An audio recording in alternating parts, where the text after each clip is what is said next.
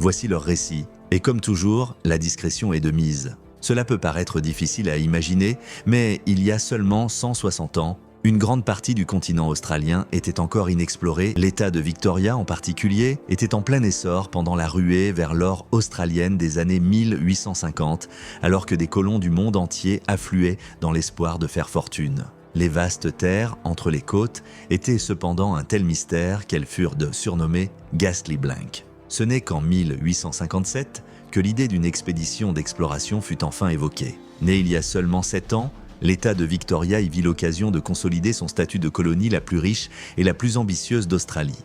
L'expédition d'exploration victorienne se voulait donc la première. Trouver des zones de pâturage abondants pour le bétail.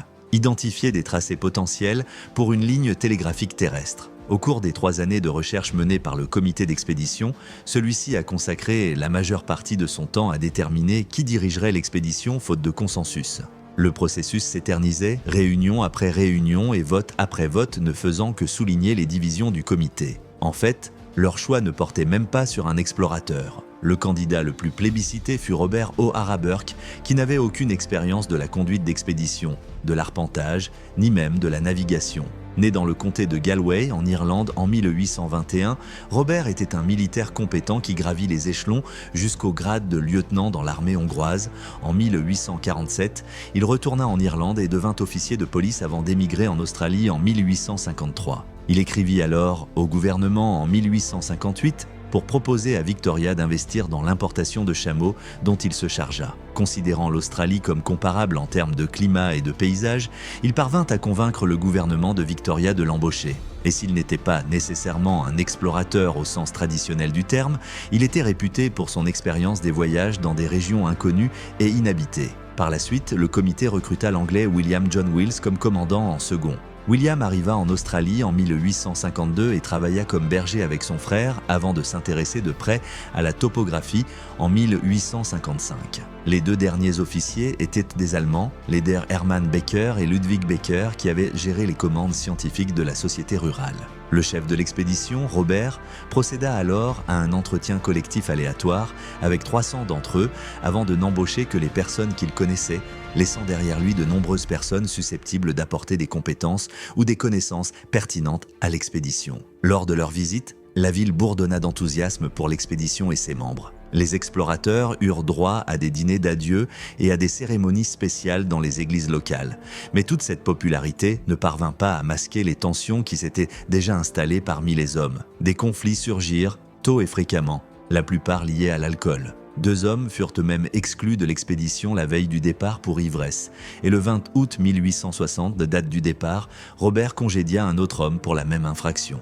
Puis, constatant qu'il manquait 3 membres, il engagea sur place 3 hommes venus assister au spectacle. Robert et ses hommes donnèrent également à Melbourne de quoi se divertir. Il était destiné aux chameaux. Selon George, le rhum était apparemment nécessaire pour maintenir les chameaux fatigués en mouvement et les réchauffer de l'intérieur pendant les mois d'hiver. Il y rappela aux hommes leur devoir de supporter les épreuves et les tribulations de l'exploration en quête de savoir et entraîna la foule dans des acclamations tandis que les roues du chariot se mettaient à tourner. Le lancement, cependant, fut un véritable chaos. D'abord, l'un des chameaux réussit à échapper à son conducteur et s'élança dans la foule à toute vitesse. L'un des chariots ne fit même pas un tour complet de roues avant de tomber en panne et 2 autres parcoururent à peine 5 km avant d'être brisés et inutilisables. Les chameaux sont réputés pour leur adaptabilité aux 2 extrêmes de la plage de température, mais ils ne supportent pas la boue.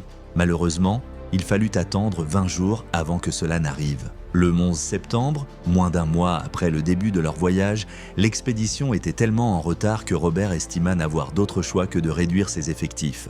Ensuite, s'ils avaient du temps libre entre leurs déplacements et leur travail, ils pourraient accomplir leurs tâches scientifiques conformément aux directives de la Royal Society.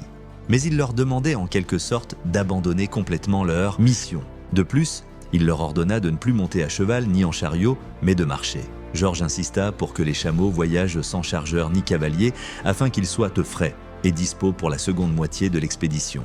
Nombre de chevaux tirèrent des chariots, mais ceux qui ne l'étaient pas étaient parfaitement aptes à la conduite. Il limita également le poids des couteaux de poche à 13,6 kg chacun et ordonna à chacun de porter ses propres affaires au lieu de les charger sur les chariots. Ces nouveaux ordres ne contribuèrent évidemment pas à apaiser les tensions entre Robert et George et dès le début, leurs relations furent tendues. Le problème principal entre Robert et George concernait les chameaux. L'insistance de ce dernier à transporter une quantité indécente de rhum pour les chameaux créa des problèmes, car de nombreux membres de l'équipage ne purent résister à la tentation d'en boire. Face aux protestations de George, Robert confie à William la tâche de guider chaque chameau jusqu'à la rivière et sur la rive opposée. Ce faisant, George commit le péché impardonnable de remettre en question l'autorité de Robert. Puis, voyant comment Robert traitait George avec un tel manque de respect pour son domaine d'expertise, le docteur Beckler démissionna à son tour. L'expédition, en revanche, était tellement en retard qu'elle n'atteignit finalement la ville qu'au bout de 2 mois. Il pouvait alors soit retourner à Menindee avec Wright,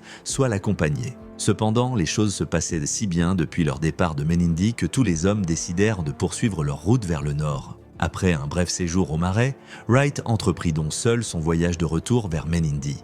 Avant de partir, il reçut l'ordre d'apporter des provisions et des chariots à Cooper Creek pour rejoindre les autres. Un autre camp fut alors établi et Robert attendit Wright pendant 10 jours sans le voir. Leur objectif était le golfe de Carpentarie et s'ils y parvenaient, l'expédition serait achevée, du moins aux yeux de Robert, et ils marqueraient l'histoire de l'Australie. Mais pour cela, ils devinrent le mériter en traversant le désert de pierre. Comme son nom l'indique, le désert de pierre est parsemé à perte de vue de rochers et de pierres provenant du grès du désert. Au fil des millénaires, le grès se décompose, ne laissant derrière lui que les parties les plus dures, ce qui crée son relief rocheux, accidenté caractéristique. Cela leur donna un faux sentiment de confiance, leur faisant croire que le pire était derrière eux. Mais alors que décembre laissait place à janvier 1861, l'expédition se retrouva confrontée à des chaînes de montagnes qui la poussèrent à bout de force. Les chameaux, en particulier, éprouvèrent des difficultés sur les terrains escarpés. Et cela ne changea pas non plus de l'autre côté des montagnes. Ils poursuivirent leur route un peu plus loin, mais ils tombèrent sur les premiers des milliers de palétuviers qui bordèrent la côte. Les palétuviers sont ces denses enchevêtrements de racines et de branches qui poussent hors de l'eau. Pour les traverser, il fallait non seulement patauger dans l'eau, mais c'était un fouillis de branches à chaque pas. Mais, plus incroyable encore, ce serait le cadet de leurs soucis. La pluie continua de les harceler pendant une grande partie du mois de mars, et ils ne pouvaient jamais savoir quelle distance ils pourraient parcourir avant que la météo ne le leur dise. Certains jours, ils n'atteignaient qu'1,5 km. D'autres jours, ils n'allaient en nulle part.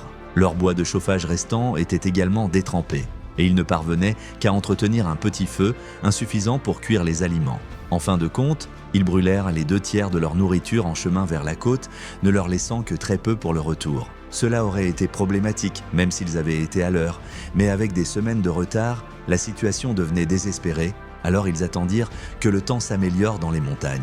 Cette maladie est causée par la consommation d'eau ou d'aliments contaminés par des bactéries ou des parasites, et elle est très contagieuse. Les symptômes de la dysenterie correspondent à ce que l'on appelle aujourd'hui une intoxication alimentaire. Les victimes souffrent souvent de diarrhée, de fièvre, de vomissements et de maux d'estomac, et chez les personnes immunodéprimées, la maladie peut être mortelle. Pour quelqu'un de la forme physique de Robert, cependant, bien que terrible, elle n'était pas fatale. À la même époque, Wills trouva Charlie derrière un arbre, mangeant la farine des rares rations restantes.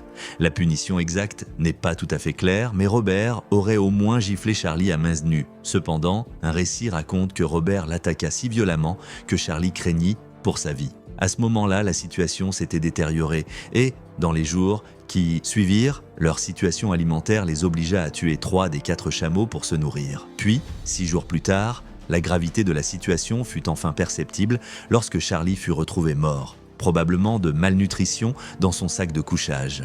Plusieurs mois plus tôt, fin janvier 1861, Wright et son équipe de ravitaillement quittèrent enfin Nindee.